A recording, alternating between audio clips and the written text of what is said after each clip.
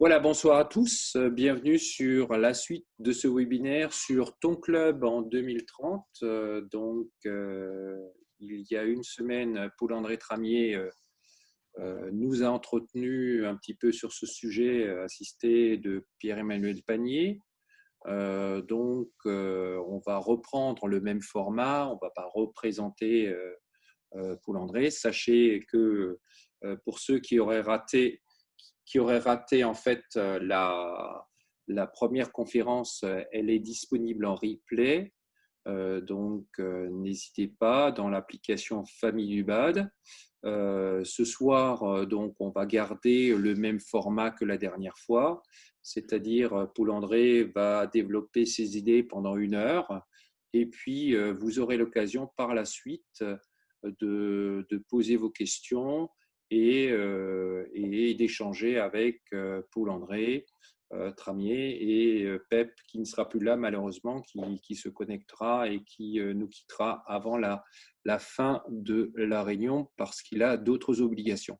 N'hésitez pas non plus, si au fil de l'intervention de Paul-André, vous avez des questions, mettez-les dans le chat, de sorte à ce qu'on puisse les référencer. Et moi, je ferai un retour de vos questions à la fin pour essayer que toutes les réponses soient apportées à vos questions. Voilà, donc merci Paul-André de renouveler l'exercice, de remettre le couvert, voilà, comme on dit, et puis à toi le micro. Parfait, merci Thierry et bonjour à vous. Pour revenir on reviendra par après sur la suite de l'intervention et notamment comment on pouvait envisager le club en 2030 et une grande partie issue des travaux de la commission prospective qu'animait monsieur Pierre-Emmanuel. Donc ça, c'est le premier point. On m'a demandé également de dire 2 mots sur les conférences régionales et les déclinaisons.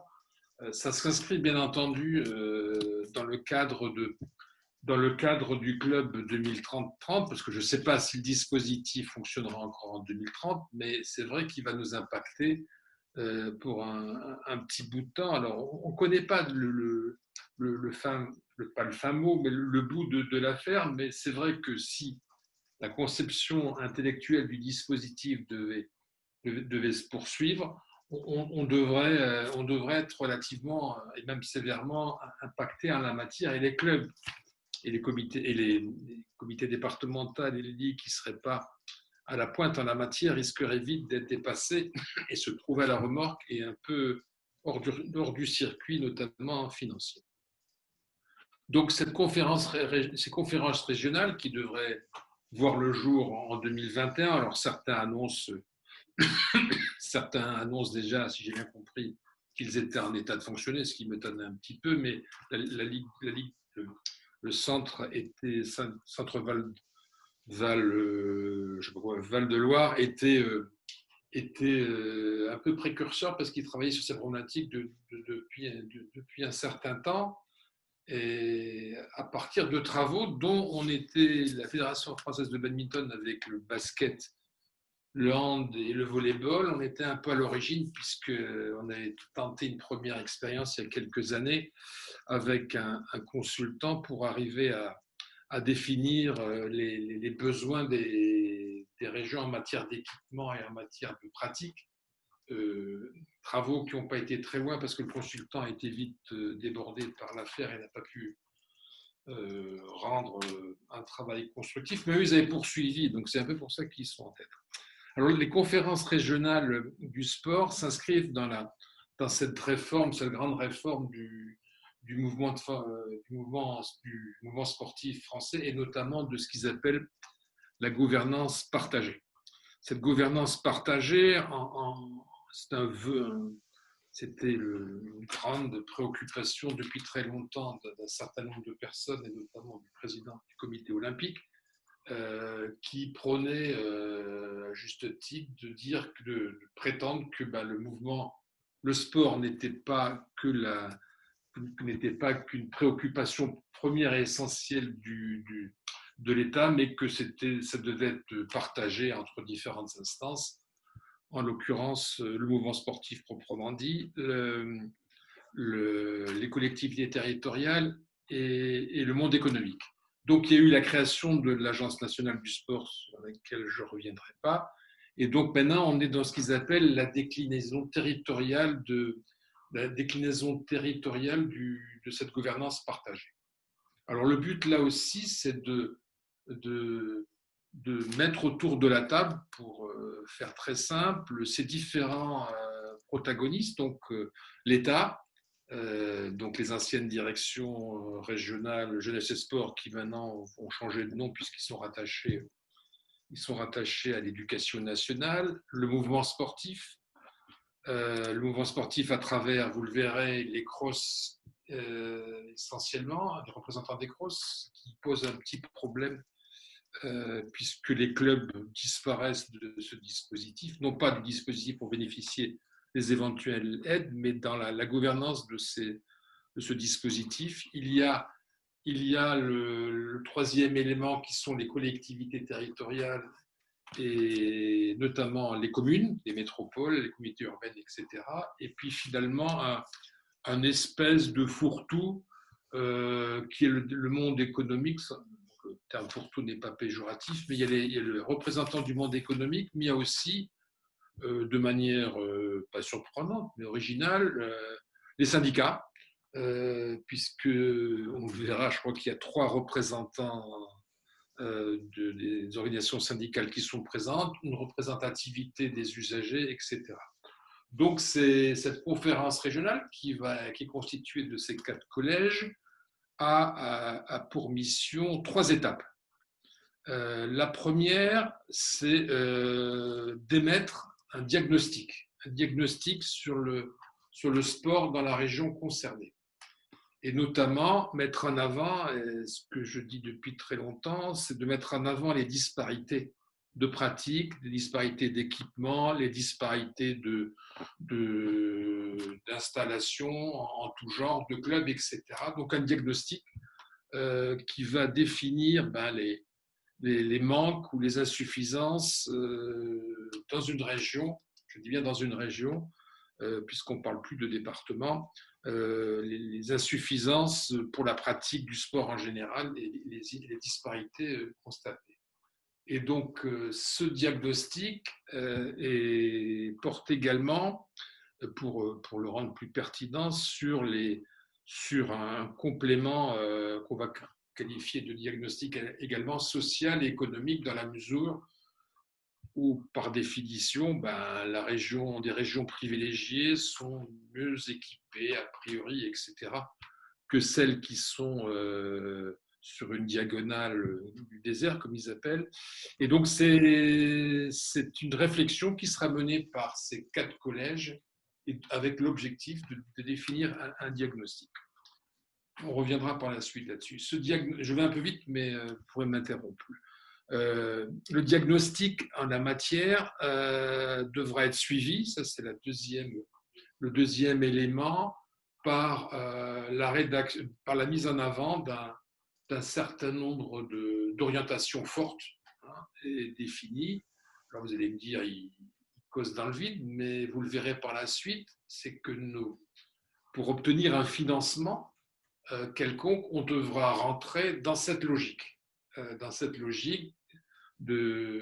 des objectifs et des priorités qui seront définis et arrêtés officiellement, vous le verrez, parce que dedans il y a du beau monde, de manière officielle, et donc tout projet, pour faire simple, éventuellement qui sera proposé au niveau du club comme au niveau des instances déconcentrées de la Fédé, devra répondre aux objectifs et aux priorités de ce fameux plan sport, le PST, donc le plan sportif territorial, qui sera officiellement déclaré. Et donc là, il y aura un cadre général qui portera à minima sur 5 ans et qui pourrait être protégé sur une année supplémentaire, donc de 6 ans.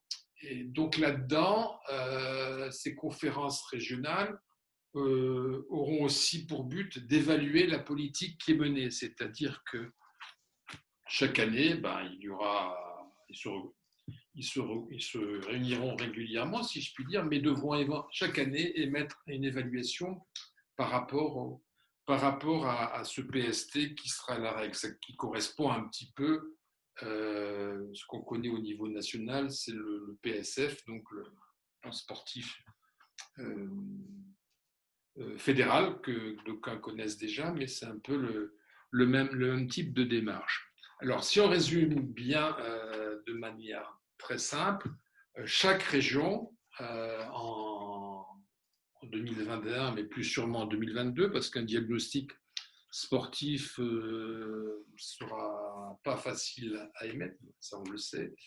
Et donc, il y aura là un cadre général qui nous permettra de fonctionner. Ça, c'est un peu la réflexion générale. Alors, ceci étant posé, les conférences régionales, elles auront donc une démarche, comment dirais-je, généraliste, mais elle pourra aussi s'intéresser éventuellement à 8 thématiques que je vais vous résumer, qu'on va citer. La première concernera le développement du sport pour toutes et tous sur l'ensemble du territoire. Deuxième thématique qui pourra accompagner ce PST, c'est le développement du sport de haut niveau. Bon, c'est du classique. Une nouveauté, c'est le développement du sport professionnel dans la région. Ça, c'est vraiment une nouveauté.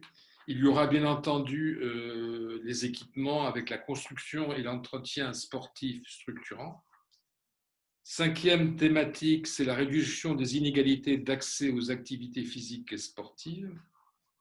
La sixième, c'est le développement des activités physiques et sportives adaptées aux personnes en situation de handicap. La septième, c'est la prévention et la lutte contre toutes les formes de violence et de discrimination dans le cadre des activités physiques et sportives. Et la huitième, c'est la promotion, ça c'est nouveau et c'est original, la promotion de l'engagement et du bénévolat dans le cadre des activités physiques et sportives. Alors, pour faire simple et comme je le conçois, vous aurez donc un PST qui aura pour objectif, en s'appuyant sur le diagnostic, de définir des orientations fortes et également éventuellement de définir des thématiques plus précises en s'intéressant à une ou plusieurs de ces 8 thématiques. Voilà un peu un résumé à gros traits rapidement, parce que personne ne sait trop où on va là-dessus, le dispositif tel qu'il est mis en place. Ce qui est intéressant aussi, c'est là où on peut ne pas être d'accord du tout, c'est un tout petit peu sur la composition du dispositif. Alors, peut-être juste pour revenir un tout petit peu en arrière, si j'extrapole, je suis président d'un club, j'ai un projet original à faire financer. Donc avant, on avait une demande de subvention à la mairie, on avait éventuellement une demande de subvention au département ou à la région, on pouvait demander une subvention au SNDS, etc. Si je comprends bien la démarche ou telle qu'elle peut se concevoir, je ne parle pas du fonctionnement classique, des opérations de la fédération, ce type de projet que vous avez, vous allez le soumettre à la conférence régionale, ou plus précisément à la conférence des financeurs du sport, et qui vous dira finalement votre dossier rentre bien dans les problématiques et des orientations fortes de la conférence régionale du sport, et vous pouvez émarger, ou vous n'émargez pas et votre dossier n'est pas éligible. Là où il y a un risque, et pour l'instant il n'y a aucune instruction puisqu'on est au stade des décrets et de la loi, quid des communes, parce qu'autant on peut avoir des relations privilégiées avec sa commune, on connaît le maire, etc., mais il n'est pas interdit de penser, et c'est un petit peu la volonté du législateur, mais je ne sais pas si elle sera opérante, c'est qu'en fait les communes vont se décharger éventuellement auprès de cette fameuse conférence régionale, et puis l'action qu'on peut mener de proximité auprès de votre maire quand vous êtes président de club risque de s'atténuer. Alors ça, je ne suis pas convaincu que ce dispositif ou ce circuit, tout au moins, soit efficient et sera utilisé. Mais bon, a priori, au niveau des départements et des régions, on va se situer dans cette démarche. Donc, on n'aura plus qu'un seul interlocuteur qui nous dira mais votre dossier il est bon, votre dossier n'est pas bon, il répond aux attentes, il ne répond pas aux attentes. Ça, c'est un peu le risque. Alors, je prends les paris que c'était 21 et 22 ou 22-23? Certaines communes vont certainement… 21-22, d'accord. Oui, parce que Faugeras, c'était pas possible, parce que Faugeras, le 21, il y avait le… Si, on a deux à parler là. Donc, voilà.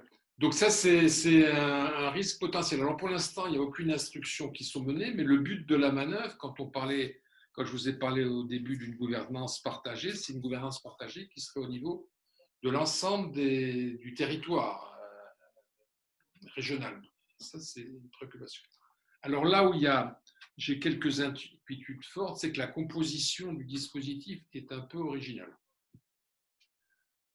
L'État, donc il y a 4 instances qui sont présentes. L'État, alors j'ai pris le Grand Est pour faire un petit calcul, alors je me suis peut-être trompé à un élément ou près. En fait, cette fameuse conférence régionale du sport, où à les entendre, tout le monde y participera, en fait, il n'y aura que 69 membres.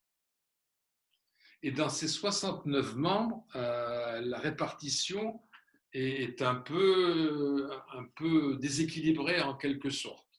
C'est là où il y a, me semble-t-il, le nombre même fait quand même que dans une réunion à 70, quand vous êtes les plus nombreux, vous l'emportez le plus souvent. L'État, par exemple, aura que 9 représentants. Or, bien sûr, il y a des représentants de haut niveau, puisque le préfet, par définition, est présent en tant que délégataire de l'agence, qui est écrit, mais il y aura le recteur, etc. Mais l'État, avec les CREPS, se situera à un nombre de 9, si je ne me trompe pas. Donc 7 représentants plus 2 CREPS supplémentaires. Si je prends le mouvement sportif, on sera 9. 9. Il y aura un cross, un GDOS avec le cross, il y aura un du sport handicapé, et après il y aura des représentants, des affinitaires, etc. Mais on sera que 9 au maximum, quelle que soit la région. Donc, vous voyez, on est déjà 9, on est à égalité pour le Grand Est avec l'État, mais la notion de club disparaît. Il y aura un sportif de haut niveau, il y aura un sportif professionnel, ce qui diminue quand même la puissance des associations. Donc, il n'y aura que 9 personnes du mouvement sportif, quelle que soit la région. Si je passe aux autres personnes physiques, c'est-à-dire le monde économique, etc., sachant que pour l'instant, le monde économique n'a pas mis un seul centime ou un moindre euro dans la timbale, que ce soit au niveau national, et je prends les paris qu'au niveau régional, ils ne vont rien mettre. Ce collège qui comporte donc le monde économique, mais également des représentants des usagers et des syndicats, leur nombre sera de 11. Donc, ce qui fait qu'on est à 9, 11, et puis les collectivités territoriales seront 40.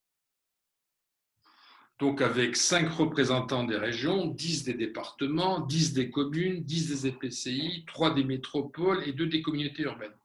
Donc, sur une structure, une conférence régionale qui se veut un partage de gouvernance, dans la conférence et dans sa composition, à moins que je ne sache pas compter, mais je n'ai pas dû me tromper, 40 représentants sur 69, ça fait beaucoup. Et autant dire que j'ai le sentiment, alors peut-être que je me trompe et peut-être que je suis pessimiste, que l'influence des collectivités territoriales sur l'ensemble de notre fonctionnement ou de nos projets sera quand même, on devrait être en phase avec les intérêts, entre guillemets, des collectivités territoriales. Donc voilà un petit peu la composition qui mérite d'être retenue, c'est un dispositif, a priori, de gouvernance partagée, mais avec un déséquilibre, de représentativité. J'ai connu ça dans d'autres domaines, et je l'ai dit, le fait d'être très nombreux est souvent prioritaire. Et donc c'est eux, c'est ces 69 qui vont arrêter le diagnostic et également les différentes orientations. Donc voilà un petit peu la composition. Et sachant, dernier point, que comment dirais-je, ce PST devra être en cohérence avec les orientations nationales du ministère, hein, puisque, je le rappelle, le sport est un service public et que c'est l'État par définition qui commande toujours, si je puis dire, et ces orientations nationales en matière de politique sportive devront se retrouver également dans ce fameux PST. Alors, ceci dit, vous allez me dire, il manque un bout, et le bout, pour compléter la fusée en quelque sorte, c'est qu'il y a écrit également ce qu'ils appellent la conférence régionale des financeurs du sport. Alors, ça veut dire quoi ? C'est une instance qui va graviter autour de la conférence régionale, mais avec une certaine forme d'indépendance. Et c'est elle qui examinera la pertinence de vos projets par rapport au fameux PST. Donc, j'envoie un dossier à la conférence régionale, mais en fait, l'instruction et le montant, en quelque sorte, pour faire simple, qui vous sera attribué, se fera par cette fameuse conférence des financiers qui dira finalement on attribue tant ou pas, etc. Sachant que cette conférence des financiers, alors le terme, j'ai en train de le perdre, la conférence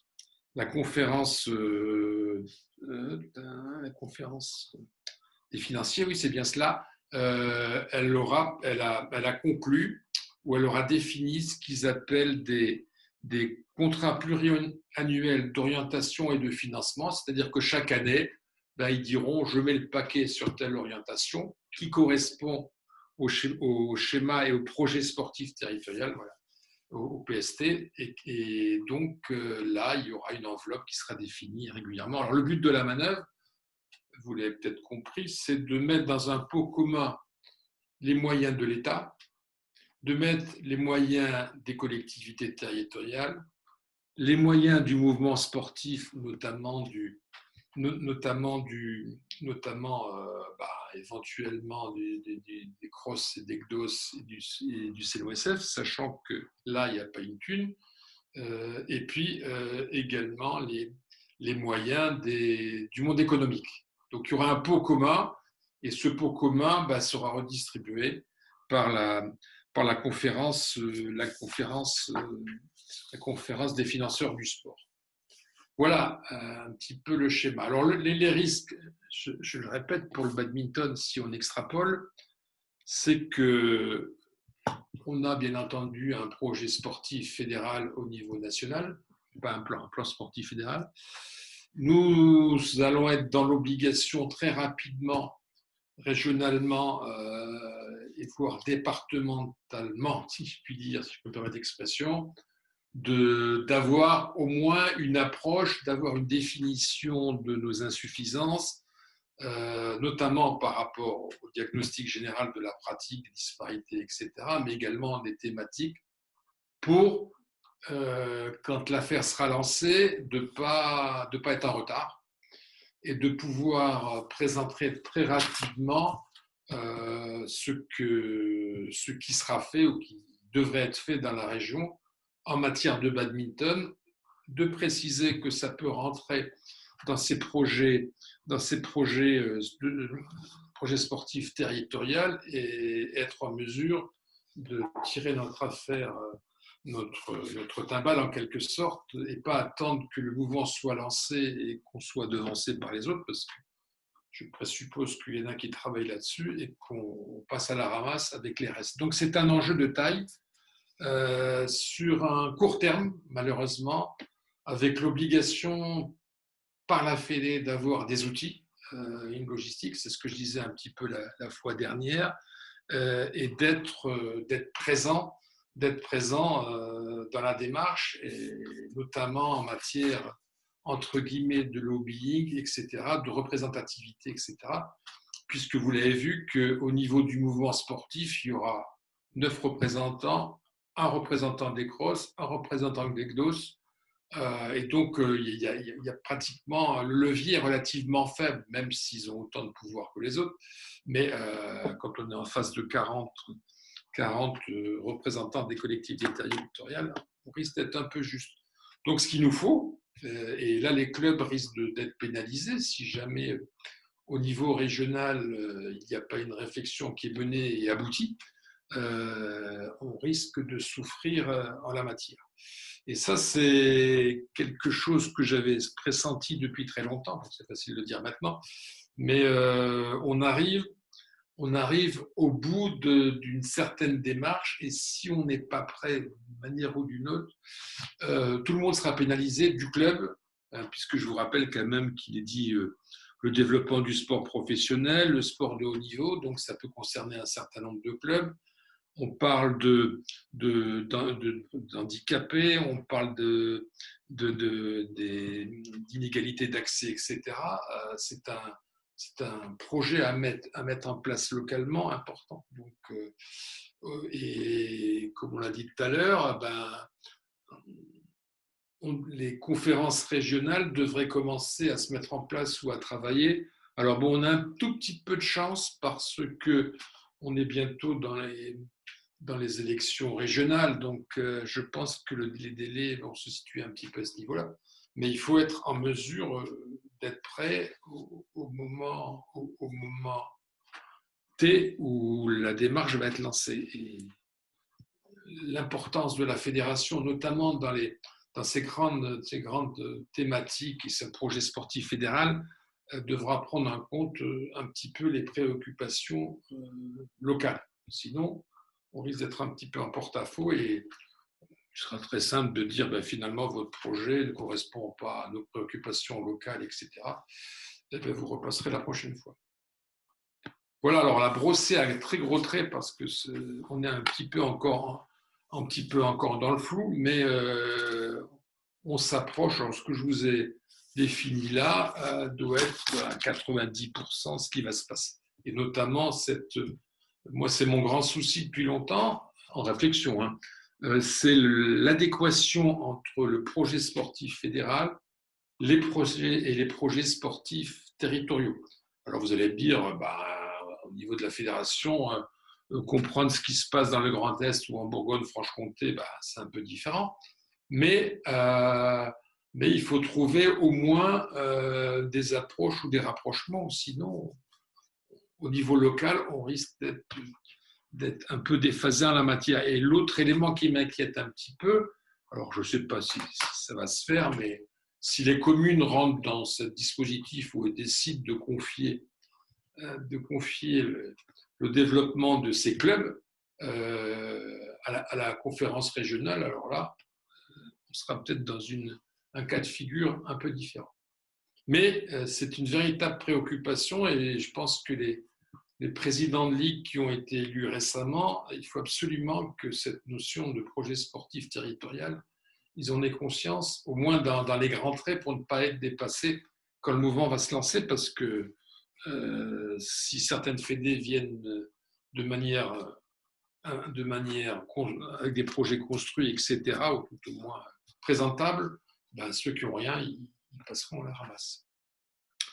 Voilà, si vous avez des questions là-dessus, sur un sujet qui est important, et M. Pep, s'il m'a entendu, il pourra en rajouter, mais on est un peu dans le cadre que je vous ai défini. Donc, des conférences régionales qui sont dépendantes de l'Agence nationale du sport, qui sont chargés de produire un projet sportif territorial à court terme, en prenant en compte un certain nombre d'éléments, et notamment la pratique sportive en général et les disparités.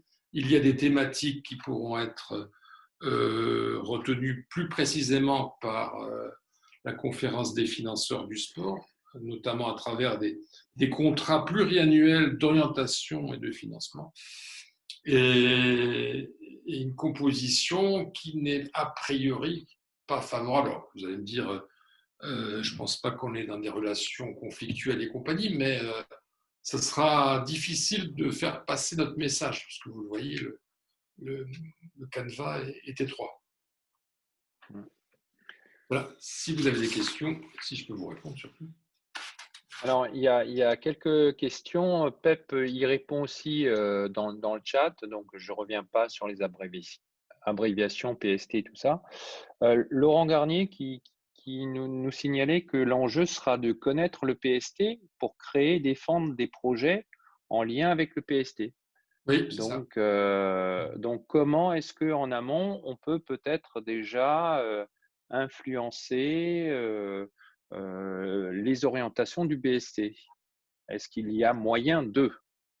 Alors, pour l'instant, tous ces travaux sont purement formels. Je veux dire, le décret qui a défini un peu les conférences régionales remonte au 20 octobre, si je ne me trompe pas, de cette année. Moi, j'ai rien vu, en étant un peu membre de l'ANS, j'ai rien vu d'orientation. Il n'y a rien en la matière. Mais nous, il faut absolument que les projets, je dis toujours plan, mais les projets sportifs, le projet sportif de la fédération ne fasse pas l'impasse sur cette notion de disparité et territoriale de pratique, d'accès aux équipements, etc.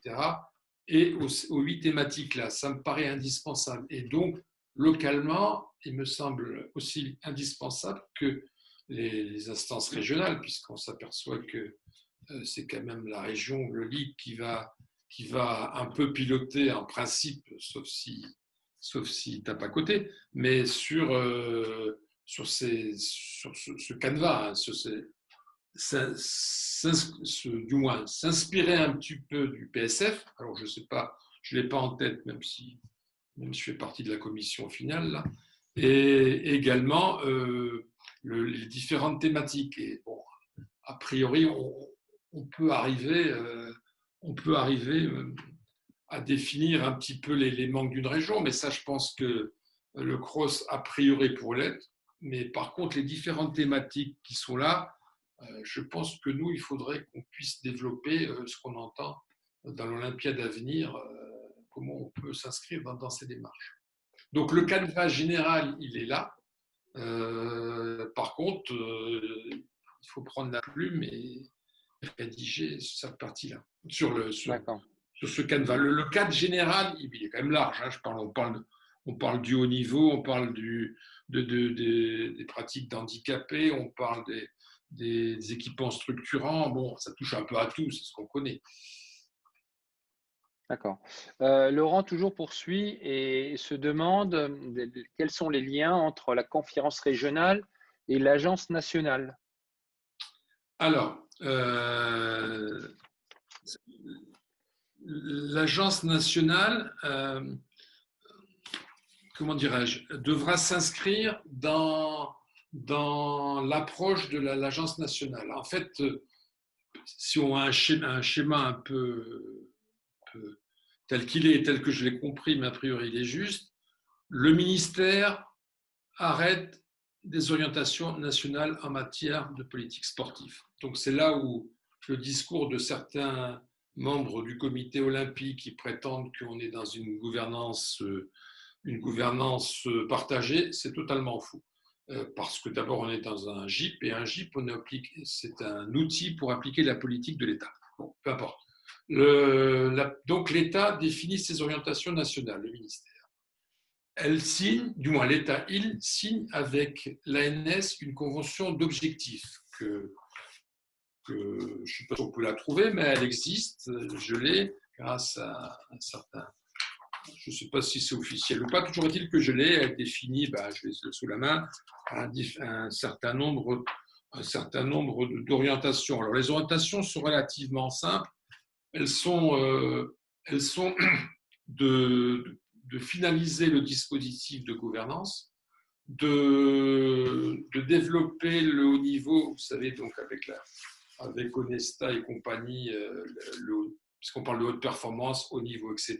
Donc ça, c'est la deuxième orientation forte. Et la troisième, c'est le sport pour tous. Donc là, il n'y a pas de grande nouveauté. On est toujours dans les notions classiques.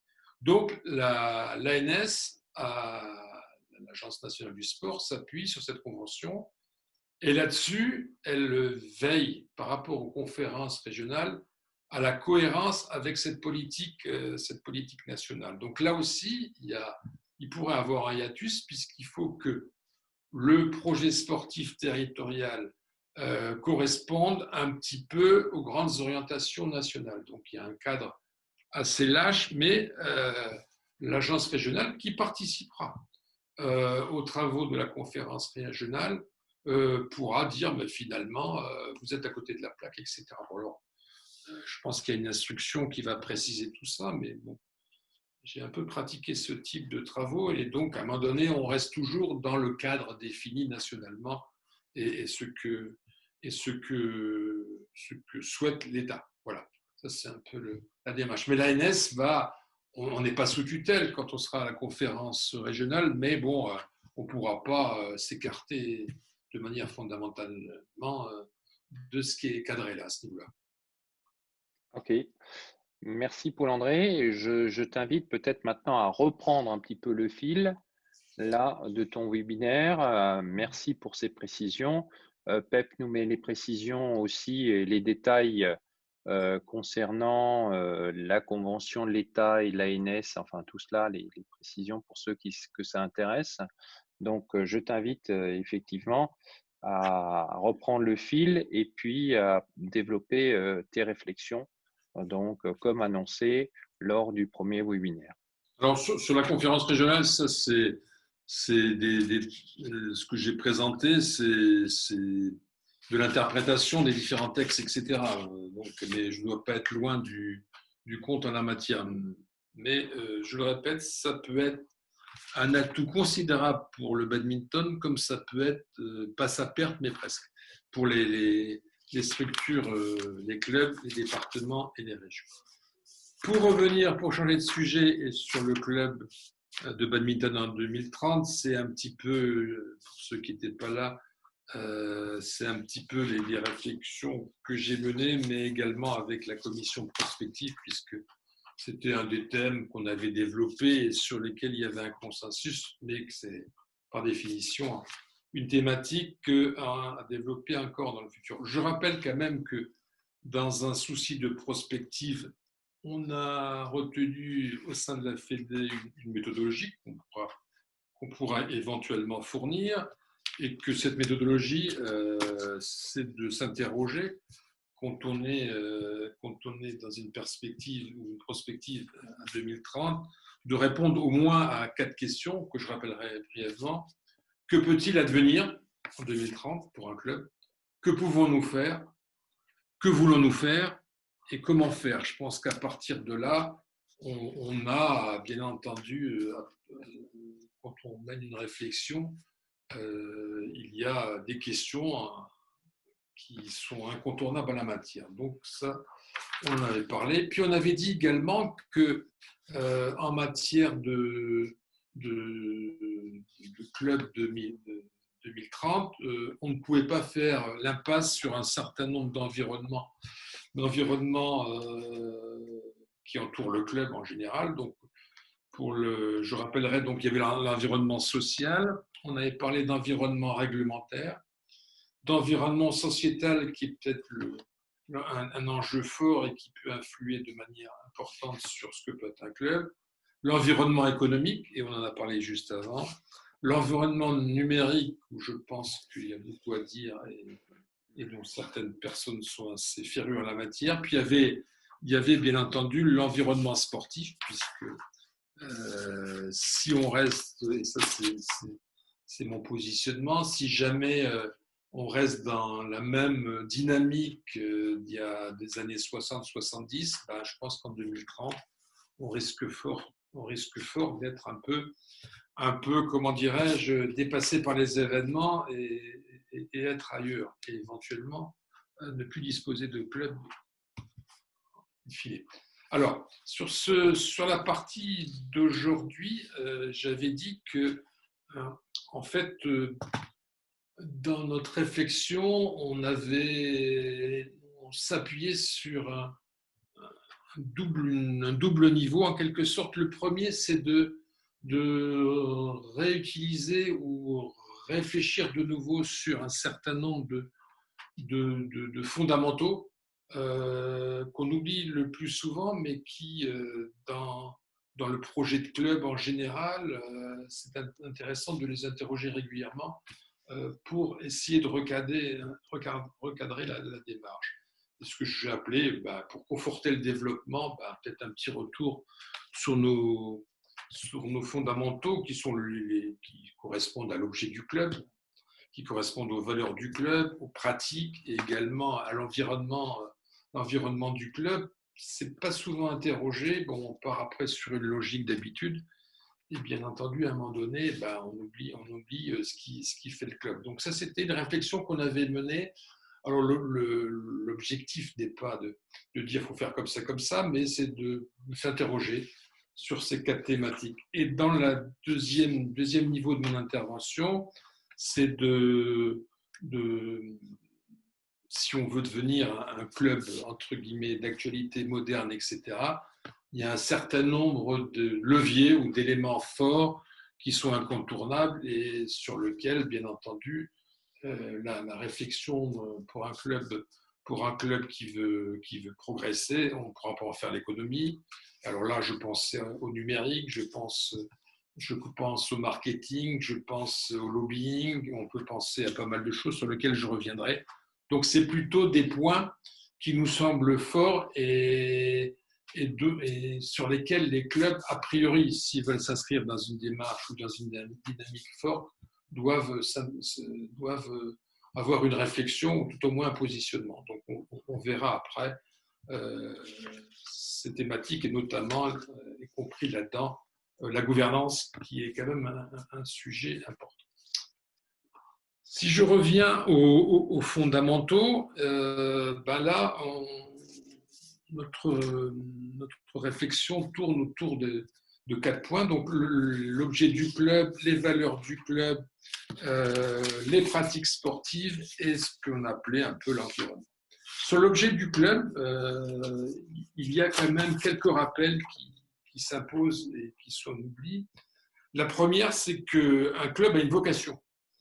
Une vocation qu'on retrouve dans l'objet du club, et cette vocation, elle est à prix double. D'une part, il faut rappeler qu'un club est une association, en principe, une association, donc ça on comprend, mais c'est aussi un sport, c'est-à-dire qu'on n'est pas une association à vocation, je ne sais pas moi, sociale, etc., mais on est une association par définition, avec un fonctionnement de club, mais avec une spécificité qui est une discipline. En l'occurrence, pour nous, c'est le badminton. Donc, il y a un club qui est une association et qui s'inscrit dans une démarche sportive. Alors souvent, vous allez me dire, ça, on raconte des balivernes, mais c'est pas mal parfois d'avoir en tête cette vocation qui en fait qui est double. Et si on rapproche cette vocation de ce que une sous-thématique en quelque sorte, qui est son approche, on rappellera là aussi qu'il y a un double mouvement. La première, c'est la pratique du badminton, puisque par définition, si dans notre objet, on est une discipline, par définition, il serait quand même intéressant qu'on pratique le badminton. Donc le badminton dans ce qu'on connaît, des compétitions, des entraînements, etc. Mais il faut garder aussi cette approche, une nouveauté en quelque sorte, c'est qu'on ne doit pas s'opposer à la multiplication des pratiques. Il y a le badminton en quelque sorte traditionnel, mais on doit rappeler que dans cette approche double, il y a aussi d'autres modes d'appropriation de la discipline. Alors, pour illustrer le propos, là, pour le badminton, on pourrait parler du badminton à l'extérieur, etc. Mais ce qui est intéressant, c'est de mentionner, par exemple, au basket. Alors, vous avez le basket 5-5, qui est une tradition, et puis la fédération a essayé d'imposer le 3x3. Il y a des réticences, parce que pour beaucoup, le basket, c'est du 5 contre 5, et ce n'est pas du 3 contre 3. Et le fait de faire admettre que dans un club, l'approche, par définition, doit être double, alors la fédération a quand même n'a pas été directive, mais elle a mis tout un dispositif autour pour permettre à ces clubs d'avoir une double pratique. Il y a donc cette démultiplication des pratiques, et notamment tout ce qui peut tourner à côté du basket, du badminton traditionnel. J'ai un truc devant moi, c'est normal? C'est bon. Voilà. Donc, dans cet objet du club, il y a bien entendu la réponse qui peut être apportée à cette vocation et cette approche. Et cette réponse dans l'objet, je pense que c'est une bonne chose de la définir, c'est qu'elle peut être multiple. À plusieurs titres. On peut très bien, dans l'objet, se contenter de faire que de la pratique vivre ensemble, c'est-à-dire qu'on s'entraîne, puis après on va boire une bière, on joue entre nous, etc. Ça peut être aussi un club à vocation compétitive, donc puisque on peut avoir cette logique, à côté de la pratique que je définis de vivre ensemble. Ça peut être aussi un club tourné vers l'événement.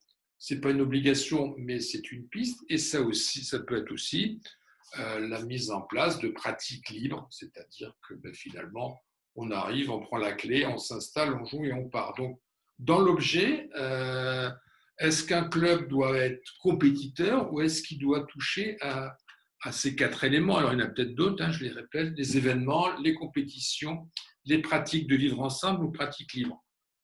Ça mérite au moins de le rappeler, et qu'un club n'est pas par définition que compétitif, mais il peut être en pratique libre, ou ça peut être un club qui regroupe ces 4 types d'activités. Et peut-être un élément important et qui n'est pas souvent mentionné, c'est que la réponse, ce qui peut être demandé par le pratiquant de base, on n'est pas obligé de répondre à tous les besoins et à toutes les demandes, parce que comment dirais-je, vous êtes peut-être mieux placé que moi pour le dire, si on décide de faire que de la pratique vivre ensemble, par définition, si on l'affiche de manière cohérente, on sera obligé de refuser les compétitions et voir ceux qui souhaitent des grands événements. Alors, tout ça pour vous dire qu'un club peut être multifacette. Il y a plusieurs pistes éventuellement de pratique ou de développement du club.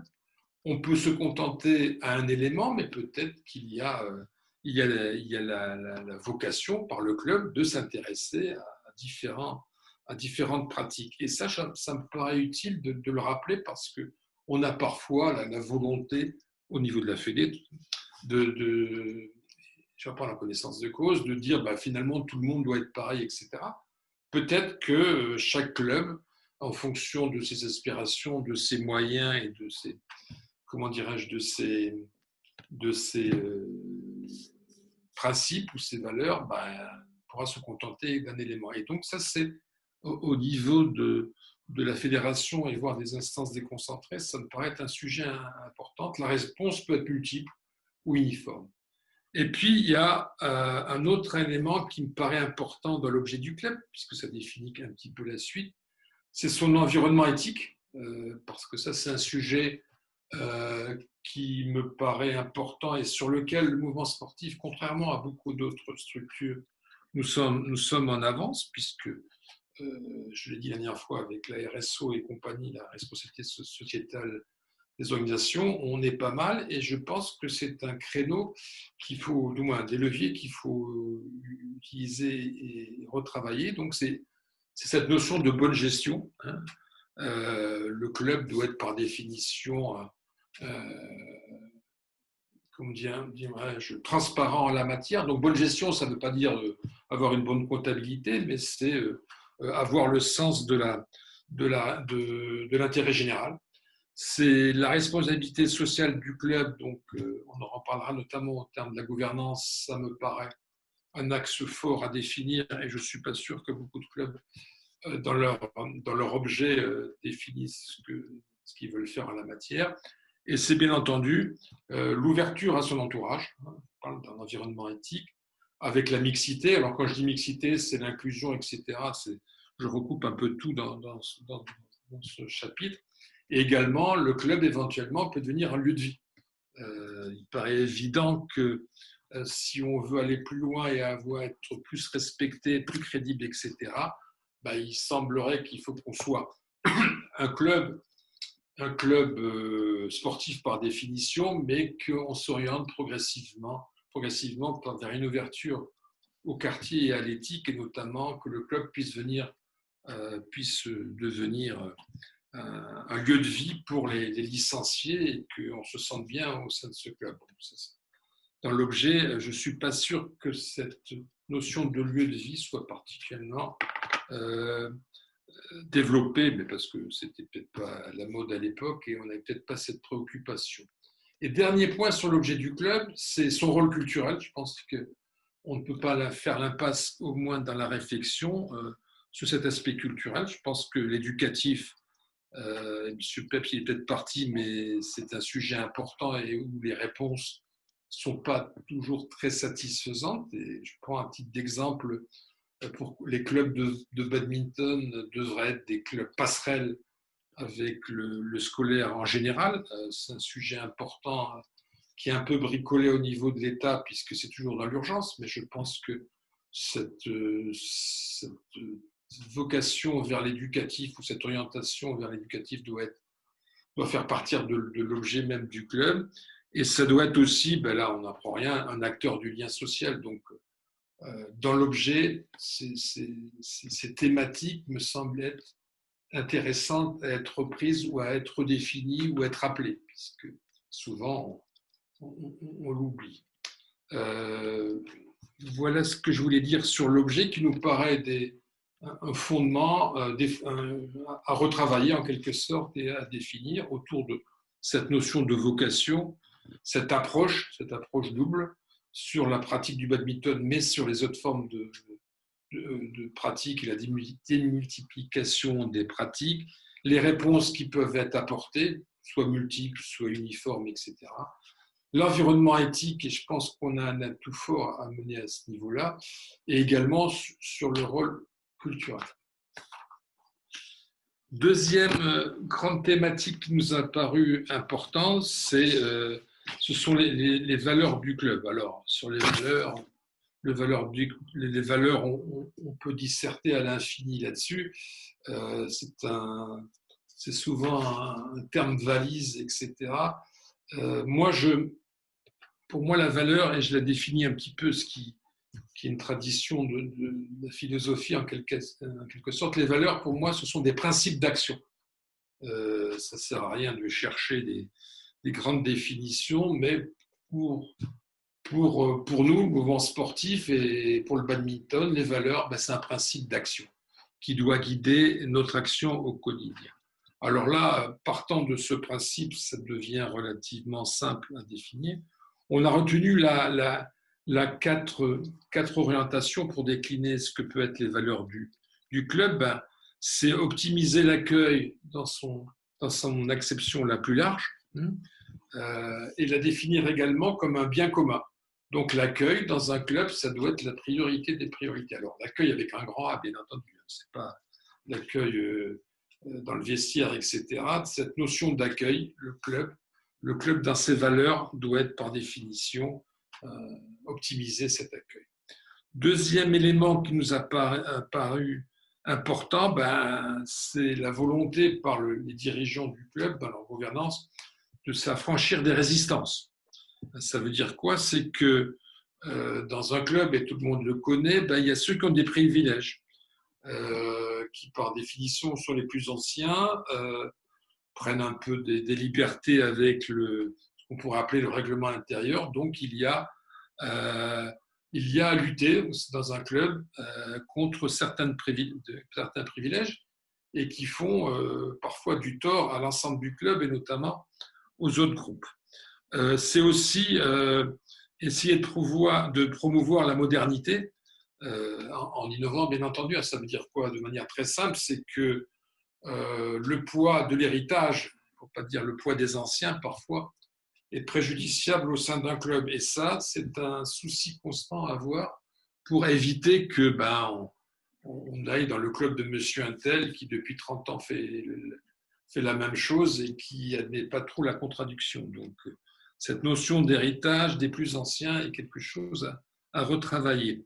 Toujours en s'affranchissant des résistances, il y a la volonté de prôner le changement pour devenir un grand club et bien entendu avec une communication adaptée. Je pense que vous êtes mieux placé que moi pour en parler, mais faire passer un projet quand on en a un auprès des différents membres, c'est pas toujours simple, mais ça doit être quand même une préoccupation d'encourager le changement et d'aller plus loin dans la démarche.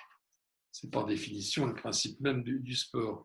Et prouver également les avantages du changement. Si on reste sur des méthodes à l'ancienne, on va dire ça comme ça, à un moment donné, on rentre dans un certain conformisme et qui peut être préjudiciable. Donc, dans les valeurs du club, alors on pourrait définir à l'infini, mais s'affranchir des résistances de manière un peu pompeuse, ça paraît pour nous être une valeur et une valeur de gouvernance et des dirigeants en place.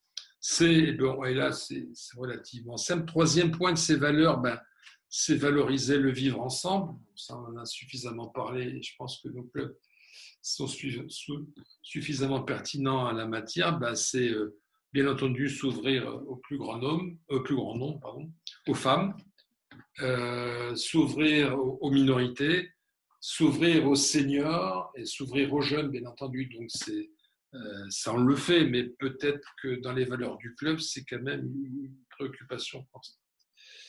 Et quatrième point, mais qui est intéressant et qui serait à développer, c'est un peu positionner le club ou s'inscrire dans une typologie, ou dans plusieurs typologies, vous allez me dire. Alors, pour l'instant, au stade de la réflexion que j'ai menée ou qu'on a menée, les typologies, c'est compliqué, mais on pense que on tourne autour de cinq types de clubs. Il y a ceux qu'on a qualifiés le club champion, c'est-à-dire que ceux qui, par définition, privilégient le haut niveau. Donc ça, on peut parfaitement le concevoir. Il y a ce qu'on appelle les découvreurs. C'est ceux qui, prenant en compte la réalité géographique ou du terrain ou de leur environnement propre, mettent en place des actions spécifiques. Et là, je pense notamment au milieu rural. On ne peut pas gérer un club si on est dans une métropole comme on est dans la ruralité. Donc, c'est un petit peu ça. Bien entendu, à un moment donné, si on est dans une bourgade très, très petite, ma foi, ça sera difficile de monter au stade des champions, mais peut-être on pourra découvrir des talents. Donc, deuxième typologie, c'était les découvreurs. Troisième typologie des clubs, c'est les autonomes. Et ça, c'est un petit peu ce qu'on retrouve dans les métropoles où là, on est plus dans une comment dirais-je, dans une volonté de pratique presque à la carte. Il faudrait que le club soit ouvert tout le temps, je viens quand j'ai le temps, etc. Donc, et puis, on ne se préoccupe pas trop de la vie du club. Et donc, c'est un élément de plus en plus prégnant, mais je ne suis pas sûr que ce soit le seul un phénomène, comment dirais-je, rédhibitoire. Et donc là, on a qualifié ça des autonomes. Après, il y a le club traditionnel tel qu'on le connaît et tel qu'il a vécu jusqu'à présent, c'est le club associatif, les associations, ceux qui sont portés sur une réalité associative en quelque sorte poussée. Et dernier point, il y a ceux qu'on estime, qu'on a appelés de manière peut-être péjorative, mais qui doit correspondre à une réalité, les distanciés. Alors, c'est ceux qui ne veulent pas adhérer à la Fédé, c'est ceux qui ne veulent pas qu'on les embête, c'est ceux qui veulent poursuivre sur leur train-train, etc. Et le fait de réfléchir peut-être à cette typologie de club et si la fédération pouvait répondre à ces différentes attentes, puisque elles sont, alors il y a peut-être encore 6-7 typologies, mais on n'a pas été jusque-là, ça serait intéressant que, ma foi, si je suis président d'un club découvreur en quelque sorte, avec une vocation, on fait au mieux avec ce qu'on a, je pense qu'il y a un certain nombre d'éléments qui pourraient être pris en compte. Voilà, voilà ce que on avait à dire sur les valeurs du club. Donc, à optimiser l'accueil, c'est-à-dire que l'accueil devient un pilier du dispositif, l'accueil avec un grand A, s'affranchir des résistances pour progresser, valoriser le vivre ensemble, bon, ça c'est le cas, et peut-être s'inscrire dans une typologie et trouver une ingénierie correspondante. Troisième thème, je vais un peu vite, mais je suis désolé, mais troisième point sur ces fondamentaux, c'est les pratiques sportives, avec là des réflexions. On a été assez loin dans la démarche, mais on pourra vous transmettre les documents d'ailleurs, sur ces pratiques. Donc, deux sous-thématiques, les pratiques en prise avec les évolutions sociétales. Ça, on en a suffisamment parlé la dernière fois, mais on ne peut pas faire l'économie en la matière. Et également, le développement des pratiques actuelles, en quelque sorte. Et vous verrez ce que ça veut dire. Sur les pratiques en prise avec les évolutions sociétales et ce que pourrait être un club en 2030, quelques considérations générales, en quelque sorte. Mais bon, la première, c'est l'accélération des transformations de la pratique. Ça, vous le voyez dans tous les sports, et pour nous, c'est le cas aussi, c'est que il y a une massification de la pratique, c'est-à-dire qu'il y a de plus en plus de gens qui veulent faire du sport, et il y a aussi une diversification, c'est-à-dire que les gens veulent bien faire telle activité, mais ils veulent faire des activités un peu diversifiées, donc toucher à plusieurs sports. Et il y a aussi ce dont on avait parlé la dernière fois, c'est l'individualisation de la pratique. Je viens, je m'installe, je joue et je pars. Mais donc là, il y a quand même des éléments qui diffèrent par rapport à ce qu'il y avait par le passé, où il y avait une pratique traditionnelle dans un club traditionnel. Là, on est quand même avec des effets sociétaux qui touchent à la massification. Et a priori, il y a de plus en plus de gens qui veulent pratiquer. Et ça ne se traduit pas par la progression des licences, quelle que soit la discipline. Il y a donc cette diversification. Il y a des gens qui font un an de badminton, après ils iront au triathlon, puis la fois suivante, ils voudront pratiquer sans contrainte. Donc ça, c'est des réalités. Deuxième thème qui nous paraît important, c'est l'évolution des pratiquants. Il y a de plus en plus de femmes qui souhaitent pratiquer. Donc, quand vous voyez les éléments, quand vous voyez les enquêtes en quelque sorte sur la pratique féminine, il y a la volonté de pratiquer. Alors après, il y a bien entendu des éléments qui empêchent la chose, mais il y a une volonté de pratique des femmes. Et puis, il y a les plus de 65 ans qui sont de plus en plus nombreux, qui ne souhaitent pas être dans le sport santé, puisque ça n'a rien à voir avec le sport santé, mais il y a des pratiquants potentiels au-delà d'un certain âge. Il y a un autre élément qu'on n'a peut-être pas suffisamment pris en compte dans le mouvement sportif, et peut-être au niveau même du badminton, c'est la hiérarchie des motivations. Alors, ça veut dire quoi? C'est qu'on vous dit souvent, etc., je pratique du sport pour le bien-être, pour me sentir mieux, etc. Mais il y a aussi, on pratique du sport pour cette vision du corps. Il y a une primauté de la santé. On voit bien qu'on nous rabâche en permanence ces préoccupations de sport santé, pardon. Il y a aussi l'apparence. On veut faire du sport pour être plus beau et pour améliorer son apparence. Et c'est vrai que cette notion du corps en général, peut-être n'est pas suffisamment prise dans nos réflexions, et je pense que ça peut être un atout. Alors, bien entendu, on ne va pas faire tous de la musculation, mais cette notion d'apparence et du sport pour être mieux, c'est quelque chose peut-être à prendre en compte. Et puis, il y a bien entendu des nouvelles aspirations sur lesquelles on avait parlé la dernière fois. Donc, c'est la flexibilité des horaires, la pratique en groupe, puisque visiblement la pratique en groupe est parfois privilégiée, puisque certains ont peur de se mettre en short et de perdre. Et ça, c'est un élément important pour attirer de nouveaux licenciés.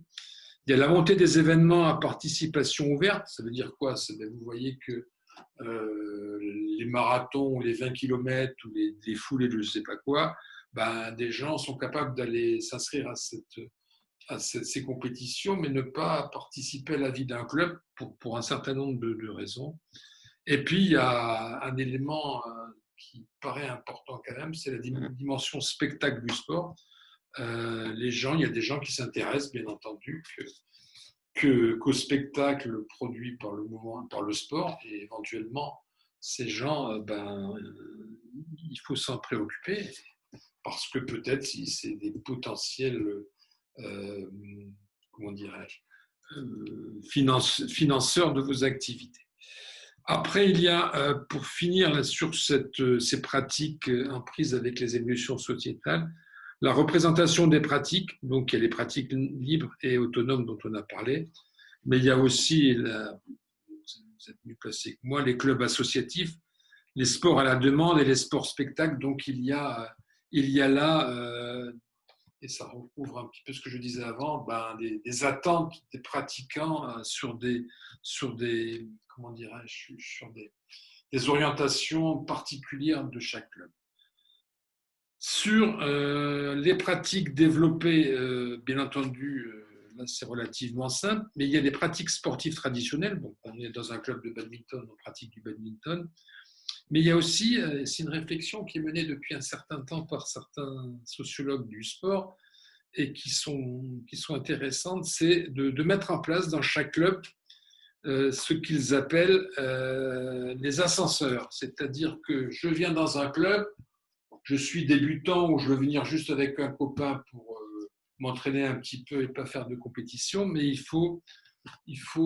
semble pour eux, et je pense qu'ils ont parfaitement raison, que cette notion d'ascenseur puisse être une réalité dans les clubs. C'est-à-dire que je viens pour pratiquer sans compétition, mais qu'on puisse permettre des passages ou faciliter des passages en ces différents types de pratiques entre le compétitif, le vivre ensemble ou le simple fait de s'entraîner. Et cette terminologie d'ascenseur me paraît intéressante parce qu'elle est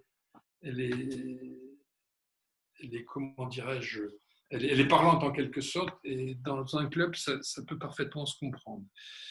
Puis après, bon, il y a tout ce qui tourne autour du sport qui doit contribuer à valoriser notre club, c'est bien entendu le sport santé, les sports dits toniques, les sports entreprises, etc., dont vous êtes plus à même que moi pour parler. Donc sur les pratiques sportives, il nous paraît qu'il y a un certain nombre d'évolutions sociétales de la pratique qu'il faut prendre en compte. Puis il y a, dans les pratiques développées, il y a peut-être des moyens de mixer d'une manière ou d'une autre, ou tout au moins ne pas exclure les groupes, dans les différents groupes, les personnes qui voudraient voyager, entre guillemets, entre les pratiques compétitives, les pratiques loisirs, les pratiques vivre ensemble et autres. Quatrième thème, et je vais un tout petit peu vite, c'est qui nous paraît intéressant à retravailler, c'est ce qu'on a appelé l'environnement territorial du club. Là-dessus, on a retenu du moins 5 thèmes. Ce que j'ai appelé les 3 A de la pratique. L'accueil ou l'aménagement du club, c'est-à-dire que, bien entendu, l'accueil on en a parlé, mais l'aménagement, c'est-à-dire que par rapport à la situation du club, etc., essayer d'améliorer l'ordinaire en quelque sorte et également de mettre en place un certain nombre d'éléments comme la mobilité, comme ces notions de dernier kilomètre, ou comment on fait pour arriver dans le gymnase, est-ce qu'à 11 heures du soir, on peut encore pratiquer ou on peut rentrer, etc. Donc c'est aménagement, accueil du club en quelque sorte. C'est aussi le deuxième axe, c'est l'animation de l'environnement. Je pense qu'on ne peut pas, si on veut être crédible et être représentatif et pouvoir faire évoluer son club, ça passe également par l'aménagement, l'animation de l'environnement. Je pense que le club ne doit pas être fermé et participer à l'animation en général et notamment de s'ouvrir au public qui ne sont pas encore chez nous. Puis il y a également l'accessibilité à la pratique. Alors là, ça touche à beaucoup de choses, mais il faut permettre à n'importe qui de pouvoir pratiquer, donc de rendre notre pratique accessible. C'est ce qu'on appelle les 3A. Après, il y avait la cogestion de notre environnement. Mais ça, c'est une démarche un peu de projet, c'est qu'on ait conscience que si on est dans les beaux quartiers et si on est dans un quartier de priorité de la ville, ma foi, ce n'est pas tout à fait les mêmes logiques. Et donc là, il faut que cette cogestion se fasse avec l'environnement autour et que on puisse permettre, quel que soit le lieu où on se situe, de pouvoir accueillir tous les habitants de ce quartier ou de son environnement. Il y a après la prise en compte des particularités locales. Ça, vous le savez mieux que moi, mais si on est en milieu urbain, on ne peut pas avoir la même politique du club. Si on est dans un milieu rural, je l'ai dit, ça ne peut pas être pareil. Donc là, il faut que ces spécificités puissent être prises en compte. Alors après, il y a une notion qui me paraît fondamentale et sur laquelle on ne pourra pas faire longtemps l'impasse, et qui est a priori quelque chose qui est quand même recherché par les collectivités territoriales et qui disposent bien entendu des installations, c'est cette notion de codécideur. Je pense que dans notre démarche, on doit pouvoir non pas attendre que ça se passe, mais être un petit peu instigateur en quelque sorte de l'évolution de la pratique et de l'environnement. C'est-à-dire qu'il nous faut, nous, anticiper les attentes des collectivités territoriales, parce que je rappelle quand même que pour eux, c'est une obligation de mettre à disposition des installations, même s'ils sont libres de les donner ou pas les donner, mais il faut quand même les accompagner dans la démarche. Et donc, avec cette notion, peut-être un peu pompeuse, mais de codécision, c'est-à-dire que nous, on souhaiterait ça, mais ça répond à vos attentes, etc. Donc, c'est en quelque sorte un deal. Le club pourrait avoir la réflexion pour rentrer dans cette démarche et ne pas dire moi, c'est comme ça depuis 20 ans, circuler, il n'y a rien à voir. Donc, c'est un peu cette notion de codécideur, et je pense que le club de 2030 devra entrer là-dedans, parce qu'il y a des attentes en face de ce qu'on veut, ce qu'on attend, etc. Et bien entendu, ils ne peuvent pas répondre à tout, mais c'est à nous également à proposer des pistes. Donc voilà, résumé à gros traits, ce qui nous paraît intéressant de revoir un petit peu nos fondamentaux. Donc l'objet du club, les valeurs du club, le territoire et les pratiques en la matière. Ça semble être une thématique où ces trois sous-thématiques intéressantes à aborder dans ce que pourrait être le club de 2030. Sur le deuxième aspect, sur les leviers de ce qu'on pourrait appeler permettre d'avancer dans la démarche et se rapprocher de l'idéal en 2030, là, il y a plusieurs thématiques, sous-thématiques qu'on peut aborder, mais que vous avez conscience, bien entendu, c'est d'une part le modèle économique du club. Alors vous allez me dire, c'est un sujet un peu bateau et compliqué, mais je pense qu'il y a quand même un certain nombre de pistes qui peuvent se présenter en la matière et qu'il ne faudrait pas oublier. Je ne suis pas sûr que le badminton en soit très pertinent dans ça. Je pense que là, le premier élément dans ces modèles économiques, c'est de s'ouvrir aux autres modes de financement. Le principe de la subvention quand on en demande, puisqu'on n'était pas les meilleurs du monde en la matière, les clubs de badminton en matière de demande de subvention, il y a bien entendu la traditionnelle subvention, mais je pense qu'il faut qu'on soit très attentif à la commande publique. La tendance maintenant des collectivités territoriales, c'est d'orienter vers des sujets un peu du moins des méthodologies un peu différentes. Par le passé, on vous donnait une subvention, mais en vous demandant à travers une convention de faire ça. Maintenant, on se rapproche de plus en plus de projets. C'est-à-dire qu'une municipalité dit finalement, je souhaite développer la pratique auprès des handicapés, par exemple, et quel est le club qui est capable de le faire, quel est son projet. Ce sont des commandes publiques. Et de plus en plus, on s'aperçoit que les municipalités s'orientent vers cette notion de commande publique. Et bien entendu, à nous de répondre. Et c'est presque, comment dirais-je, une obligation, puisqu'à terme, si on ne répond à rien et on ne répond pas aux éléments, à cette volonté de l'action publique, on risque fort tôt ou tard de se trouver dépourvu. Et puis il y a aussi tout ce qu'on appelle les appels à projets. Alors ça, certains y répondent, mais je pense que très rapidement, on va se trouver avec la pratique sportive qui va répondre à la commande publique et à l'appel à projet. Voilà, moi je décide de faire ça, etc., qui répond. Et si vous faites ça, vous avez des financements, voire la mise à disposition des installations. Donc, il faut s'ouvrir à au mode de financement, à l'évolution, s'adapter à l'évolution de ces financements qui sont un peu nouveaux pour nous, mais il y en a qui sont très, très forts là-dessus. Mais on ne peut pas y échapper. Il y a, mais c'est un autre aspect, c'est ce qu'on pourrait appeler la gestion autogérée du club. Il y a beaucoup trop de clubs encore. Nous, on est peut-être moins concernés, mais c'est une réalité dans certains sports collectifs. On est dans un modèle associatif de financement, donc on a la subvention. Finalement, on prend la subvention et après on se plaint qu'elle n'est pas suffisante, etc.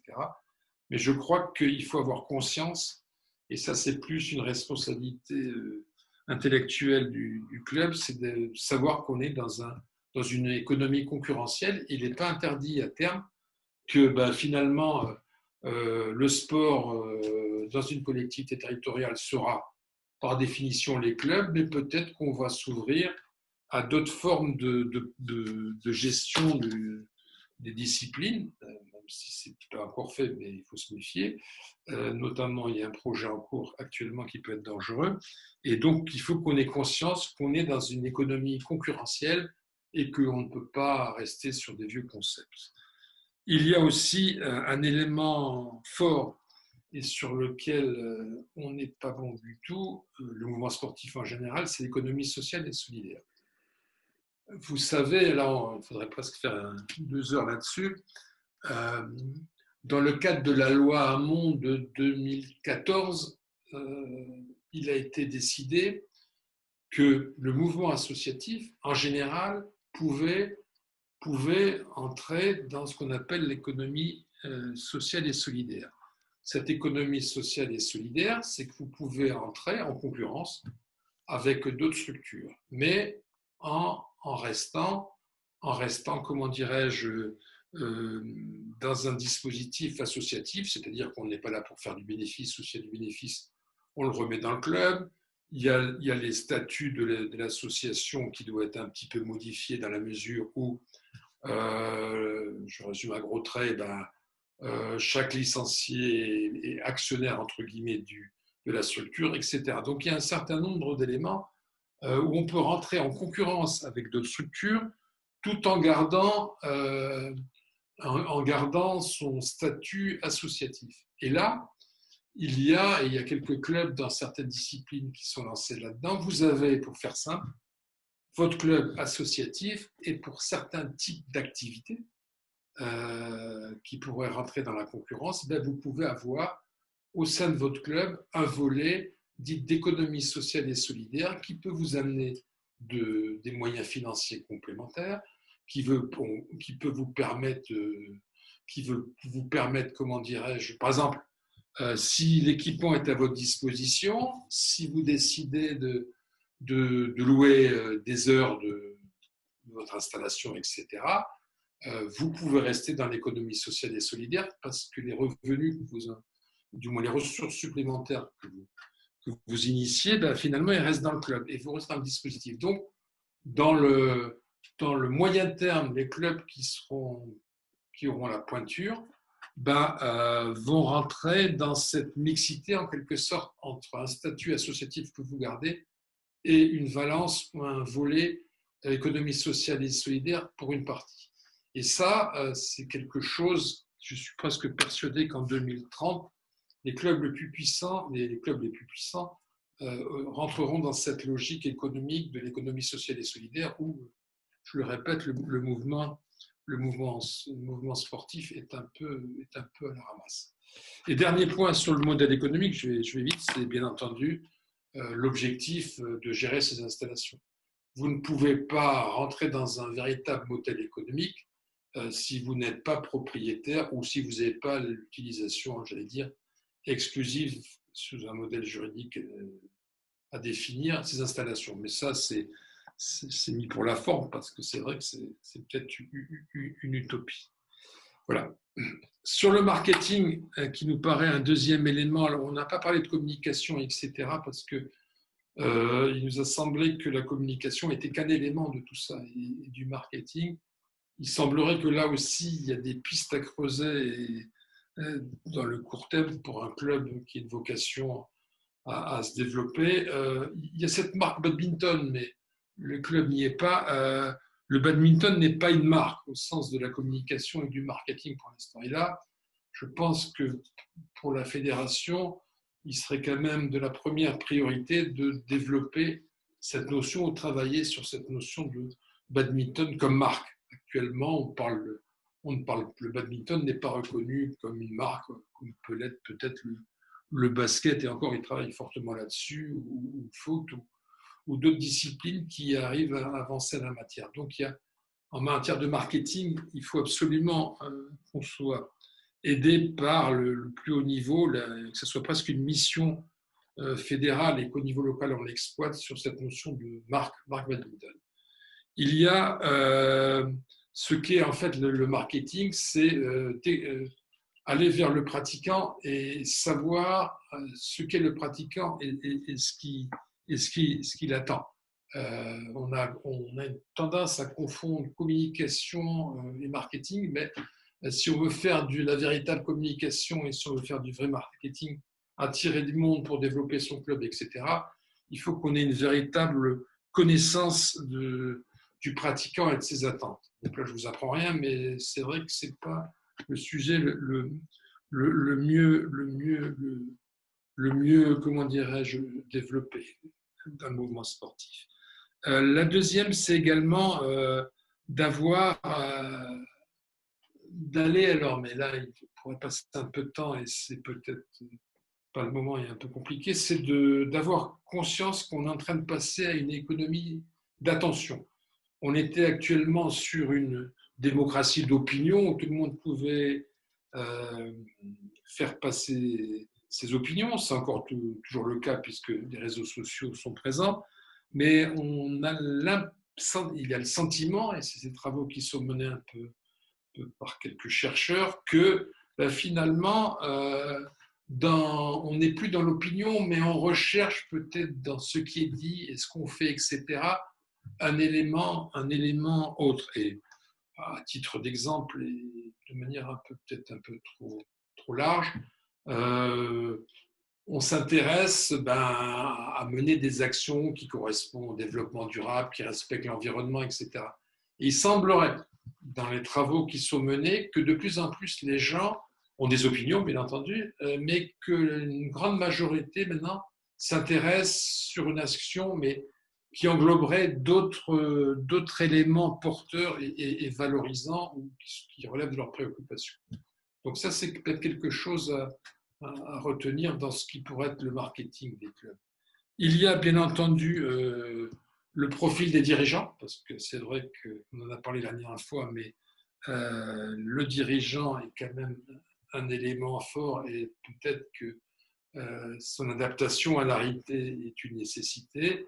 Puis il y a un autre élément qui nous paraît important pour le club, mais ce n'est pas à lui de développer parce que c'est trop complexe, c'est cette notion de veille. Il paraît indispensable que la fédération puisse fournir au club, du moins ceux qui veulent progresser en quelque sorte, de fournir les éléments pour avoir une connaissance des tendances, des évolutions et autres, sachant qu'un club, par définition, ne peut pas engager des moyens dans cette approche. Donc cette notion de marketing